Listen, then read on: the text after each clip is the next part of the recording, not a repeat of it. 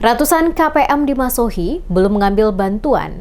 Data tidak terbaca sistem jadi kendala.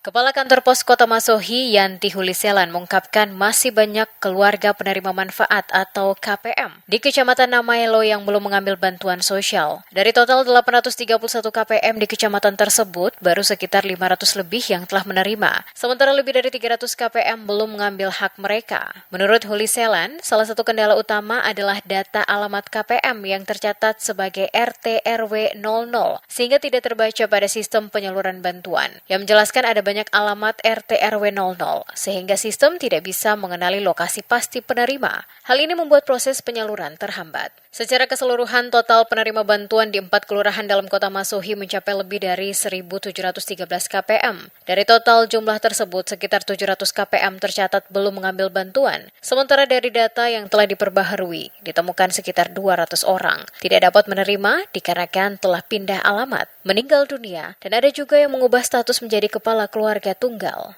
Untuk Kelurahan Namaelo sendiri 831 KPM, sedangkan yang baru terrealisasi itu sekitar 500 lebih.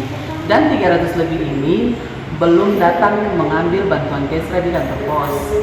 Alasannya itu karena memang yang belum datang ambil ini rata-rata itu mereka punya RT RW itu 00. Jadi kelurahan sendiri juga kewalahan dalam memilah dorang punya identitas diri.